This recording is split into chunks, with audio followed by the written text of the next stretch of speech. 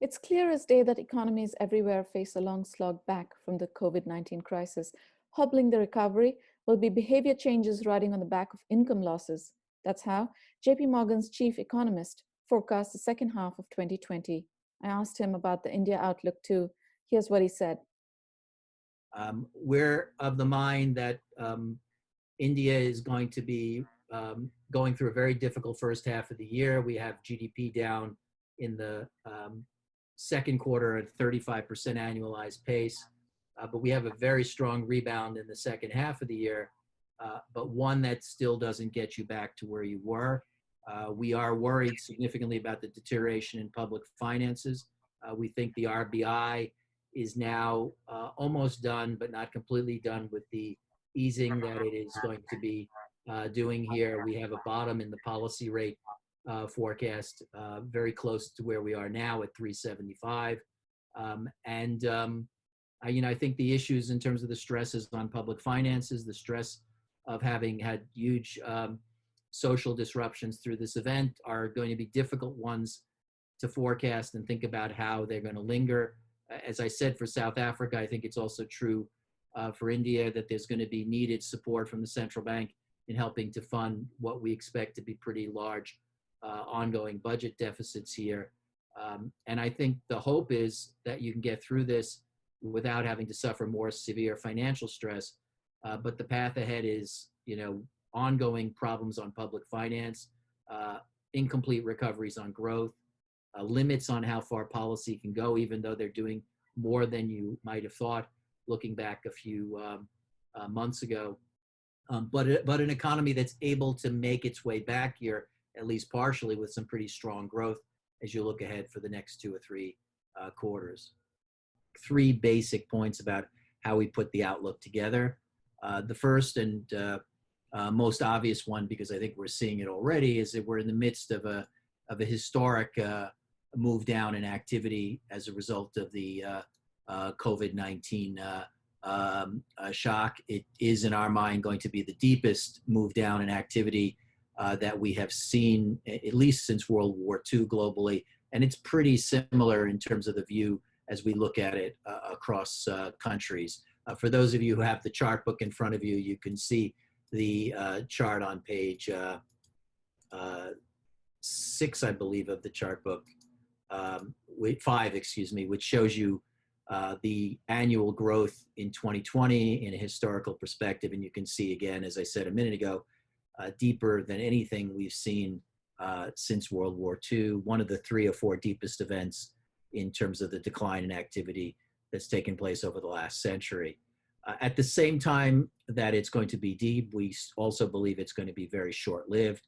And we're looking for growth rates in the second half of the year, which are also unprecedented in terms of the lifting coming out of a recovery. Globally, we have growth rates running between 15 and 20% annualized. That comes after similar size declines in terms of growth rate during the first half of the year. I want to talk in a minute about why we're going to get that lift, but I want to get the third point out also, which is that the extent of the recovery is going to be partial. And what we are looking for is a deep downturn, a quick and very strong recovery, but a partial recovery that leaves us with a lot of damage in the global economy that's lasting. To put a number on that, to start, if those of you who have the chart book want to look at it on page 9, the key reference point we're using is where the level of GDP is versus the path we had predicted before the virus came on the scene. For the global economy, that's a loss of about 5% of GDP at the end of this year. It only declines to something a touch below 4% at the end of next year. And therefore, we're in the midst of an event which, in terms of unemployment, in terms of income loss, in terms of the levels of GDP, continues to linger here for some time. Now, what I want to do beyond the obvious, which is that this event, in terms of the disruptions that came from containment measures, has produced a big downturn, is argue why we can get a big bounce, and then also why the bounce is likely to be partial and not bring us all the way back. On the reasons for getting the big bounce, one of which I think we can see already, which is that containment measures have been successful and they are now producing a relaxation in activity. We saw it already well underway in China. And in China, you can see in the March and April activity readings some fairly strong results. The openings have begun in Western Europe, in the Americas, and we think the recovery broad-based will be underway globally before the middle part of this year. What the China data is telling you, and I think it's important, is that from very depressed starting points in activity, small changes in terms of the containment measures can give you big initial rebounds in growth.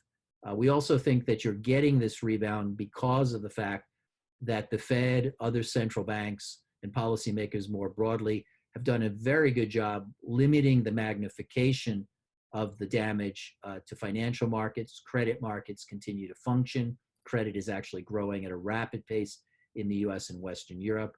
Emerging market economies are seeing capital continue to flow in. These are things which could have turned out far worse if policy hadn't stepped in and done quite a good job of limiting these magnification effects. The third reason to expect rebound is because we've gotten the stimulus that we have. It's our estimate that the fiscal stimulus we're getting globally for this year is going to be exceeding 3% of GDP. To put that in context, the stimulus we got after the global financial crisis in 2009 is, by our estimates, about a percentage point less than that. So there's a huge stimulus. There's been success in containing the crisis to not hit financial markets, and we've succeeded in putting ourselves in a place for starting to relax. Those are the catalysts, that's the recipe for getting this big initial lift. What is the reason why the lift doesn't take us all the way back? Well, again, I want to emphasize three things here. The first is that the virus is contained. The virus is going to start to gradually move out of the frame, but it's not going to go away. We don't have a vaccine. Certainly we might get one, but that's not built into our baseline forecast. We're also not building in a big second wave outbreak, but we do look at the world as having to deal with the virus in terms of some containment measures, in terms of consumer fears that's lasting for some time. So activity, behavior, not going back completely to normal. The second issue here, and I think it's the biggest one, is that there are big income losses that are taking place right now.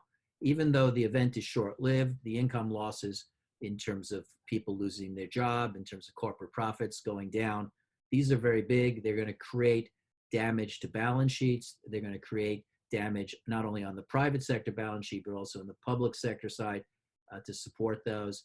And those impacts are going to have a lasting effect on behavior. One point we try to make in our research is how different it's going to be for the household sector as opposed to the corporate sector. We do believe a lot of the supports that you're getting from governments are coming in the form of enhanced unemployment benefits or wage subsidies or checks, as we're doing in the United States. These are things which are giving the household sector a lot of income cushion through the bad time here. That is going to be quite positive in terms of sparking the initial leg of the recovery, but both because of the caution I described a few minutes ago from behavior, as well as what we believe is going to be ongoing concern on the household sector side, particularly in places like the US where labor markets have gotten hit so hard about job insecurity. We don't think the multiplier of those income supports are going to be all that great. That's why we think the household savings rate in the United States, which we're expecting to get up on Friday in the April income report towards 25%, is not going to come fully back down to the about 7% level it was at the start of this year. In addition, and perhaps even more importantly, while the household sector is being supported by income transfers, the corporate sector, firms more generally, are being supported by credit. What you're seeing in terms of the way that governments are helping corporates is through some combination of government guarantee loans or easier access to lending through a whole host of different schemes. And that's really important for bridging the cash flow gap that takes place here through the bad times, but the loss of income is not being reversed. The rise in credit is not going away on corporate balance sheets. And as we go into this expansion, we will have saved a wave of bankruptcies during the crisis, but we will leave the corporate sector in less strong position to drive a recovery. And that is, in our mind, going to be an ongoing and somewhat lingering drag. The third point here is, I think, policy fatigue.